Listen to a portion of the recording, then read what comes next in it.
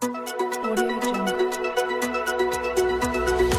भारतीय state bank के प्रबंध निदेशक CB&S अश्विनी कुमार तिवारी के साथ शरद एस चांडक, मुख्य महाप्रबंधक SBI लखनऊ मंडल, संजय प्रकाश MD और CEO SBI फाउंडेशन और सोनाक्षी राष्ट्रीय प्रमुख CSR एवं तेजबीर सिंह ऑपरेशन ग्रामीण विकास ट्रस्ट ने भारतीय स्टेट बैंक के स्थानीय प्रधान कार्यालय लखनऊ में एक मोबाइल मेडिकल यूनिट परियोजना SBI Sanjeevani clinic on wheels को हरी झंडी दिखाई, जो गैर सरकारी संगठन ग्रामीण विकास ट्रस्ट के साथ साझेदारी में उत्तर प्रदेश के हरदोई जिले के भारवा ब्लॉक में प्राथमिक स्वास्थ्य सेवा प्रदान करने के लिए है। कार्यक्रम में बोलते हुए श्री अश्विनी कुमार तिवारी ने कहा कि ये हरदोई जा रही है और इसका मूल उद्देश्य ये है कि जिन गांव में रेगुलर मेडिकल सेवा अच्छी तरह से उपलब्ध नहीं है, तो वहाँ पर ये मूविंग वैन है जो 15 दिन में एक बार जाएगी और जा कर के 40 से 50 पेशेंट औसतन एक बार में ये लोग देखते हैं एक दिन में।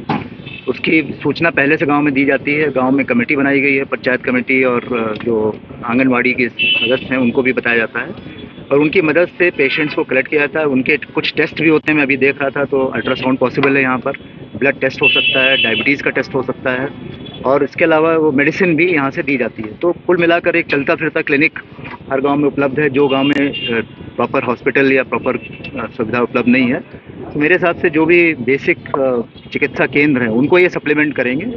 और इसका बड़ा अच्छा एक्सपीरियंस रहा है बैंक में। हमारी मेरे ख्याल से 200 या 300 कितनी 79 चल रही हैं इस तरह की संजीवनी वैन। और हमारा उद्देश्य है कि हर ब्लॉक में, पूरे भारत में हर ब्लॉक में एक कम से कम चलाएं आगे चल करके।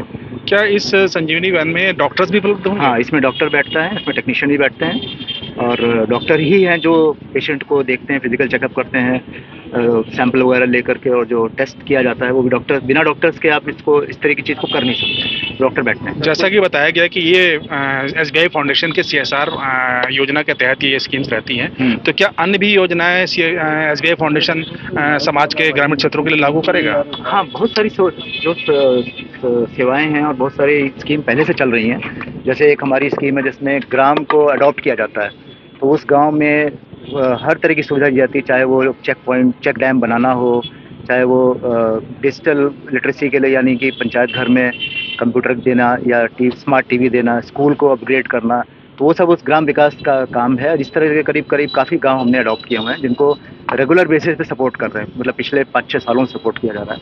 इसके अलावा हमारी हेल्थ के संजीवनी के अलावा भी हेल्थ की स्कीमें चलती हैं। कुछ हमने रिसर्च के लिए, हेल्थ की रिसर्च के लिए दिया है, जैसे इंडियन इंस्टीट्यूट ऑफ साइंस है, उसको हमने दिया, वो रेडिएशन पे काम कर रहे हैं जो कैंसर के इलाज में काम आएगा। इसी तरह से कुछ हॉस्पिटल्स में कुछ वार्ड्स हमने बनवाए हैं या सपोर्ट किए हैं। इसके अलावा स्किल जनरेशन में और एम्प्लॉयमेंट जनरेशन में भी काफ़ी प्रोजेक्ट लिए गए हैं।